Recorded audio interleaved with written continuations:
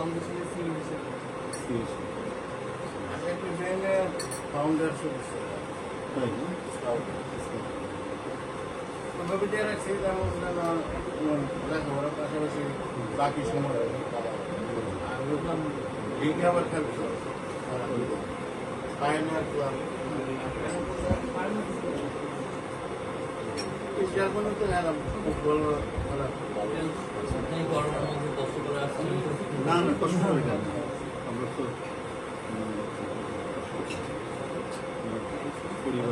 পরিবারের ত্যাগ আপনারাও ত্যাগ করে আসছেন। আসলে আপনার সবার ত্যাগের বিনিময়ে তো আপনি আস্তে আস্তে সামনে আগাবেন। আমাদের স্যাক্রিফাইসের পুরো ন্যাশন ত্যাগ আপনারা।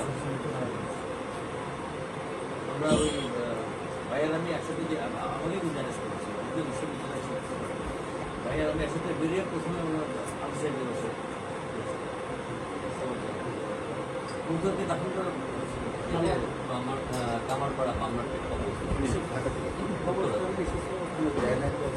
মানে তখন ছিল হচ্ছে পুলিশের এনওসি অথবা পোস্টমর্টেম ছাড়া মানে সেক্টরের কবরস্থানে আসলে কবর দেওয়ার নিয়ম নেই। ওই দুটার একটা লাগে আর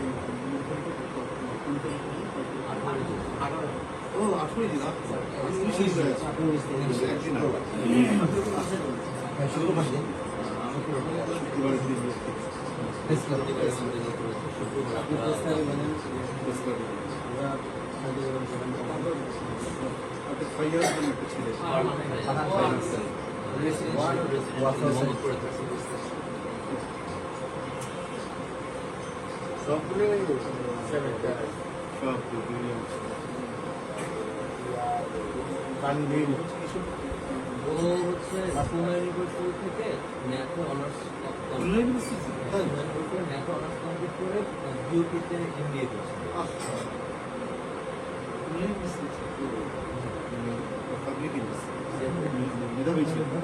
আমার টার্গেট ছিল আপনার রাজনীতি আরো চান্স ছিল বিউপি তারা গেছিল যে ওইখানে মানে যে পলিটিক্যাল এনভায়রনমেন্ট ফ্রি ওইখানে একটু স্টুডেন্ট একটা উপভোগ করতে পারবে এই দেশে সব ছাত্র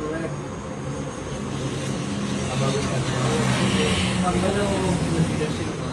বেসিক্যালি আপনার স্টুডেন্ট এবং শিক্ষকদের মধ্যে যে ব্রিজটা যে পালন করে মানে ওইখানে ওগুলো কনভেনার আর কি বলে বিপিজি আছে ওখানে বিপি দুটোই হয়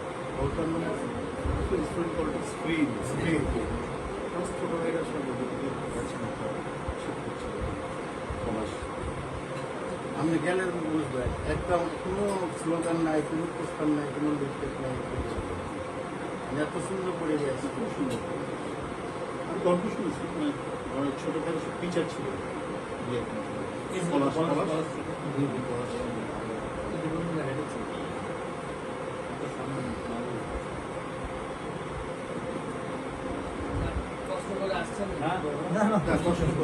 আমরা এমনিতে একটা প্রবলেম এখন একটু প্রবলেম যেটা বেশি দেখতেছি অনেকে চিন্তা করে কি যে আমরা হয়তো বিএনপি বা জামাতের বিপরীতে আমরা স্ট্যান্ড করি, এরকম একটা চিন্তা ভাবনা রুট লেভেলের যারা এখানে রাজনীতি করে তাদের একটা এই ধরনের চিন্তা ভাবনা থাকে, যে কারণে তাদের একটা আমাদের মধ্যে একটা আক্রোশ টাইপের থাকে যে আমরা মনে হয় রাজনীতিতে দাঁড়ায় তাদের সমস্যা হবে, এই ধরনের একটা চিন্তা। আজকে তোমরা মুগ্ধদের অবদানের কারণে আজকে আমরা জেল থেকে বের হই, আমরা মামলা থেকে আমরা যদি ওইটা যদি আমরা মনে করি তবে তো আমরা নিজেদেরকেই কোথায় সবচেয়ে বড় কথা আমার মনে মামলা থেকে বেরিয়ে গাড়িতে উঠে প্রথম তাদেরকে ভাই আমার সবচেয়ে মনের তৃপ্তি আমার ছেলে শহীদ হয়েছে, আমার এটাই ছাত্র কথা বেগম খালেদা জিয়া মুক্তি পাইছে না। সব মামলা বিভিন্ন দলের যারা মামলা ছিল মামলাতে জড়িত ছিল সব মুক্ত নিশ্চয়ই এটা তো বড় পাবো।